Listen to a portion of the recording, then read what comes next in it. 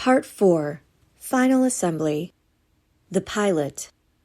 Late in the summer of 1944, at the Alamogordo Air Force Base in New Mexico, a fighter pilot named Paul Tibbets got a strange phone call from his father in Miami. "Are you in some kind of trouble, son?" his father asked. Tibbets could hear the concern in his father's voice. "Not that I know of," he answered. "What makes you think so?" "Well," his father began, sounding unsure of whether or not to continue, "I hear some investigators, I think they were from the FBI, have been down here asking questions about you." Tibbets assured his father it was just a routine check, but he knew better. This was not normal. 29 years old, Colonel Paul Tibbets was an experienced pilot who'd flown combat missions over Europe and North Africa. Now he was back in the States working as a test pilot, helping engineers design the new B-29 bomber. He was one of the best flyers in the country, so he couldn't help but wonder, what exactly have I done wrong? The mystery intensified a few days later when he got another call, this one from Air Force General Uzel Ent, telling him to report right away to Ent's office in Colorado Springs, Colorado. "He told me to pack my bags," Tibbets recalled. "I would not be returning." Tibbets flew to Colorado and walked into Ent's headquarters the next morning. He was met by Colonel John Lansdale of Army Counterintelligence. Lansdale led Tibbets into a small side office. "I'd like to ask you a couple of questions before we go in to see General Ent," said Lansdale. Without explaining his purpose, he began telling my personal history, remembered Tibbets. His couple of questions stretched into an interrogation from which I soon discovered he knew more about me than I could possibly remember about myself. "Have you ever been arrested?" Lansdale finally asked. Tibbets' mind raced back 10 years to a night on the beach in Florida. He and his girlfriend had driven to a dark spot and climbed into the back seat.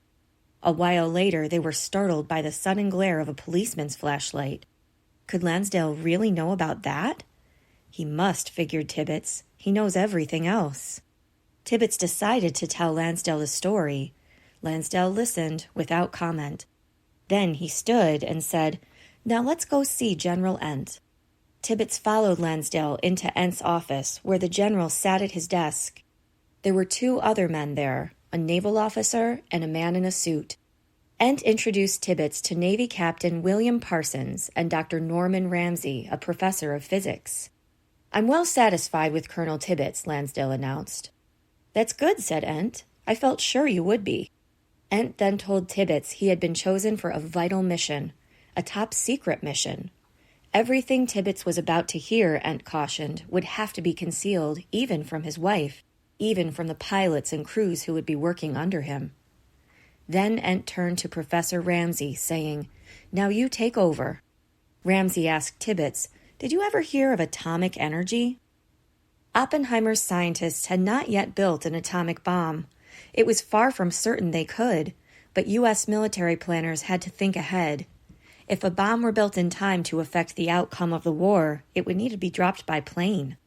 A pilot needed to be chosen and given special training. Paul Tibbets got the job. Tibbets learned the basics of how the atomic bomb would work and approximately how powerful the explosion might be. Using this information, it was his task to devise a strategy for flying the bomb over enemy territory, releasing it on target, and getting away before the massive blast killed everyone in the plane. Given the freedom to pick his own training site, Tibbets selected a base in Wendover, Utah, a remote spot surrounded by salt flats. There was no place nearby for fun-loving men with 6-hour passes to get into trouble and possibly leak information, explained Tibbets. Then Tibbets chose his flight crews, hand-picking many of the men he'd flown with earlier in the war. He wouldn't tell them what their new mission was and warned them never to ask.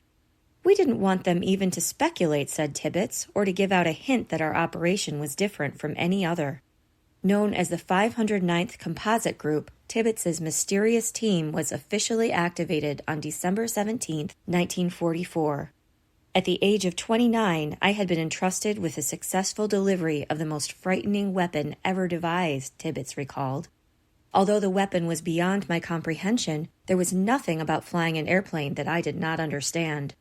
If this bomb could be carried in an airplane, I could do the job.